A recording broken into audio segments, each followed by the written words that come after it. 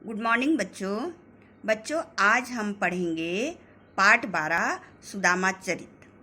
सुदामा चरित के कवि हैं नरोत्तम दास। सुदामा चरित में नरोत्तम दास कवि ने श्री कृष्ण और सुदामा की दोस्ती का यहाँ पे उन्होंने वर्णन किया है। ठीक है, इस पाठ में श्री कृष्ण और सुदामा के माध्यम से सच्ची मित्रता का एक उदाहरण प्रस्तुत किया है जो वर्तमान में हमको बहुत कम देखने को मिलता है। हम दोस्ती तो करते हैं, बट कैसी दोस्ती करते हैं, कैसी मित्रता हमारी होती है, एक स्वार्थ भरी होती है। बहुत कम ऐसा होता है जो हम एक दूसरे के साथ सच्ची मित्रता के साथ रहते हैं, है ना। तो यहाँ पे उसी का वर्णन कवि ने किया है। ठीक है, वर्तमान में ऐसी मित्रता हमको देखने को नहीं मिलती और आप लोगों को पता होना चाहिए कि श्री कृष्ण और सुदामा की मित्रता कैसी थी, है ना। आप लोगों को पता है, तो उसके विषय में आज हम इस कविता में पढ़ेंगे, सुदामा चरित, है ना। और इस कविता में श्री कृष्ण और सुदामा की मित्रता का वर्णन है। श्री कृष्ण और सुदामा बाल सखा थे, यानी बचपन के साथी थे। ठीक है, तथा ऋषि संदीपनी उनके आश्रम में उनके जो गुरु थे उनका नाम क्या था, संदीपनी। उनके आश्रम में ये दोनों पढ़ते थे और जब इनकी पढ़ाई पूरी हो जाती है तो श्री कृष्ण द्वारिका के राजा बन जाते हैं और श्री कृष्ण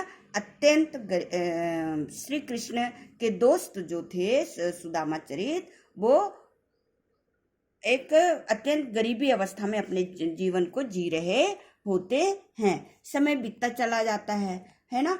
और जब ये पता चलता है सुदामा को कि अब तो मेरा मित्र इतना बड़ा राजा बन गया है, मुझे कहाँ पूछेगा, परंतु सुदामा की पत्नी के आग्रह से वो एक बार कहती है कि एक बार तो तुम अपने दोस्त से मिल के आओ, क्या पता वो तुम्हें पहचाने। तो सुदामा कहते हैं कि नहीं, मैं नहीं जाऊंगा, मैं इतनी गरीब अवस्था में अपने जीवन को जी रहा हूँ, मैं उससे मिलने नहीं जाऊंगा।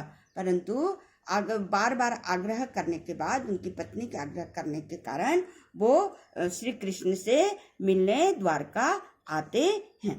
ठीक है, अब मैं आपको समझाती हूँ। शीश पगाना झगा तन में, प्रभु जाने को आई बसे के ही ग्रामा। धोती फटी सी लटी दुपट्टी, अरु पाए उपनाहा को नाही सामा। द्वार खड़ो बीच दुर्बल एक, रहो चिकित्सो बधुआ वसुधा अभिरामा। पूछत दीनदयाल को धाम, बतावत अपना नाम सुदामा। तो वहाँ का द्वारपाल श्री कृष्ण के पास जाके कहता है कि कोई द्वार पे आके ये पूछ रहा है कि वो बहुत ही दीन दशा में है, उसके सिर पर ना ही पगड़ी है, ना ही तन पर सही कपड़े हैं, उनकी धोती भी फटी हुई है, धोती फटी सी लटी दुपट्टी, यानी उनका जो शरीर में जो कपड़े हैं वो फटी हुई है, और पाए उपाहना ना ही समय, यानी उनके पाँव में बहुत ही कोई चप्पल उसके पैर में नहीं है, वो बहुत ही कमजोर दिख रहा है। और आपका नाम वो पूछ रहा है और मैं अपना नाम वो सुदामा बता रहा है। ऐसे बेहाल बिहाई सोपक कंटक जाल लगे, पुनी जोए, हाय महादुख पायो सखा तुम आयो, इते ना किते दिन खोए।